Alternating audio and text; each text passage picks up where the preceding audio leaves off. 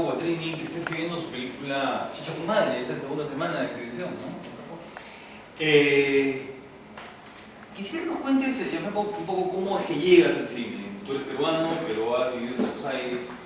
¿Cuándo te fuiste? ¿Muy pequeño? ¿Qué hiciste allá? Cuéntanos un poco los antecedentes. Bueno, yo nací en Lima, pero viví 1 año y medio nada más acá. Y después tuve mi infancia en Estados Unidos, en Chicago, y ahí viví hasta los 11 años, y después nos fuimos todos para Argentina. Así que en Argentina me formé como persona y eventualmente me convertí en cineasta tras haber trabajado como actor y también haber estudiado economía. Creo que el camino terminó llevándome al cine también desde un lugar un poco inesperado, por estar cercano a gente que conocía a gente que hacía cine y finalmente se me fui acercando y descubrí que eso era realmente lo que quería hacer. Y nada, mi formación empezó cuando yo estaba estudiando cine allá. Al primer año gané un subsidio del Instituto de Cine Argentino para hacer un cortometraje de historias breves, de la segunda camada que vos habrás escuchado de repente de historias breves. Y bueno, hice ese cortometraje, se llama Almacén, y me fue bien, ganó premios, participó en muchos festivales, y luego el próximo paso que surgió también fue por conocer a un amigo que era músico, que tenía un grupo de rock, y le hice un video musical para él, y después terminé haciendo como 70 videos musicales desde grupos como Spinetta, Vicentico, Divididos, digamos, diversos grupos argentinos emblemáticos.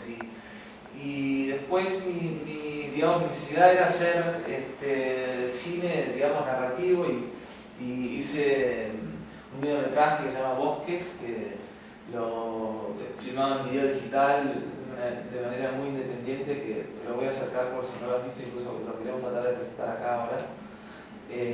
Y después hice otro cortometraje en 16 que se llama La Semilla, que ganó un premio en un concurso de cortometrajes en Argentina. Bueno, Bosque fue exhibido en Locarno, en la competencia de video.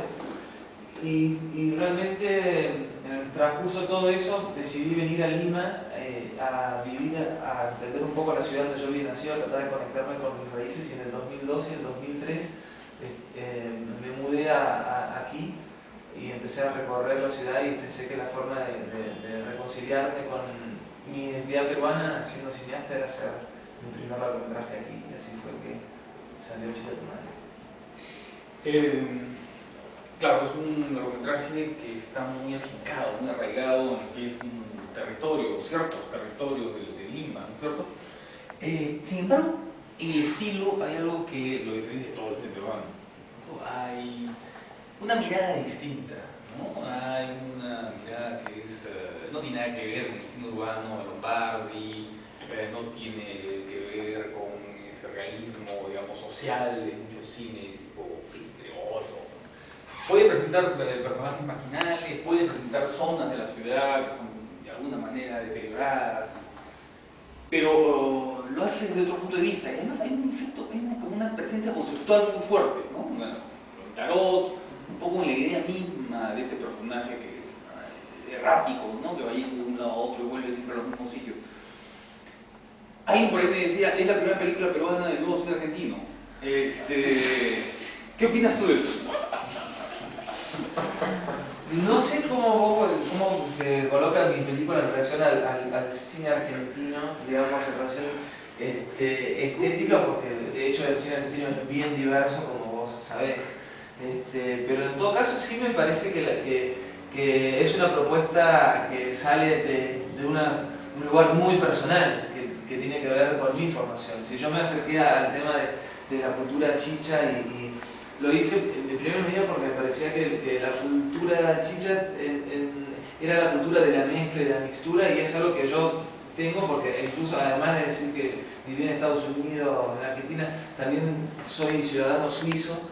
Entonces mismo definir mi identidad me ha costado mucho, y creo que hacer la película ha sido una forma de acercarme, pero no quise hacer una película didáctica de ninguna manera, porque digamos, es una propuesta de cine que yo iría a ver, digamos. Es una película que a mí me profundizara, y creo que este tema del personaje azaroso que se guía en función de las cosas que van apareciendo sin una estrategia, y de hecho no es que haya un gran clímax, sino que justamente la idea de la película es este deambular donde sin darse cuenta la vida se te da vuelta.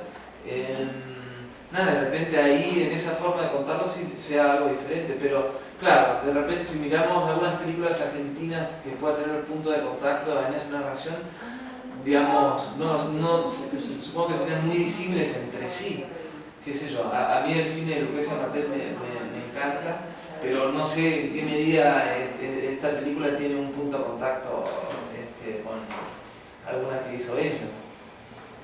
Sí, pero es un poco abusivo, ¿no? A veces etiquetar las películas. Es un poco abusivo etiquetar las películas porque, claro, como tú dices, Lucrecia Martel no tiene nada que ver con Pablo Trapero, y Pablo Trapero no tiene nada que ver con, no sé, Lisandro Alonso, ¿no? Son cosas tan distintas que están de alguna manera empaquetadas en lo mismo, ¿no? Sí. Pero claro, lo que se siente a veces en la película es como una necesidad de no incurrir en ningún vicio tradicional. Es decir, es una película que habla del mundo, que habla de la cultura chicha, como tú dices, pero no hay ningún populismo, ¿no? No hay tampoco ningún asomo de comedia costumbrista. Decía, no hay ese realismo social que hay en tantas películas de este tipo.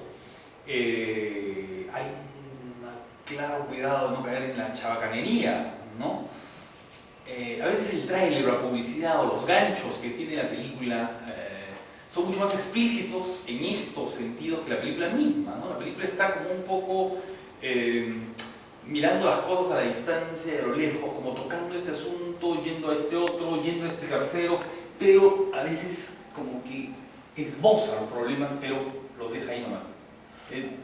Cuéntame un poco de te eso. voy a decir un poco de eso. Bueno, me parece que justamente el tema de la película es cómo uno tiene que ver con una cuestión que es la vida, digamos, finalmente.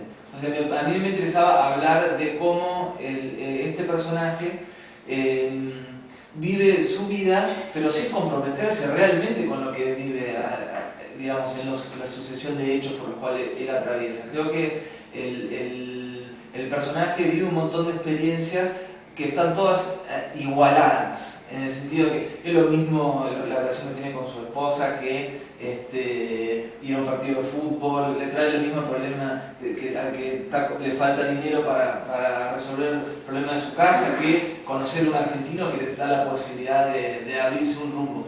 Es decir, para mí lo interesante en todo caso de la propuesta me interesaba trasladar, digamos, cinematográficamente esto es cómo no realmente profundiza en su vida este personaje, sino como simplemente se deja estar por arriba flotando, dando pequeños golpes que los va llevando el viento de un punto al otro, y sin tener una estrategia, sin tener una meta y sin tener finalmente una verdadera ética, porque lo que él tiene con el tarot es un sostén, digamos, de alguna manera espurio, porque su vida contrasta absolutamente con la sabiduría que puede dar el tema de la lectura de las cartas, o lo que transmite la psicología de las cartas. Y me interesaba generar ese contraste, digamos. Entonces justamente no es una película que buscaba hacer un melodramatismo del asunto, sino tratar de invitar a la reflexión sobre cómo son nuestros comportamientos, pero no solamente en un estrato social, sino en toda la sociedad limeña, peruana y latinoamericana. Digamos, ese era mi objetivo para hacer la película.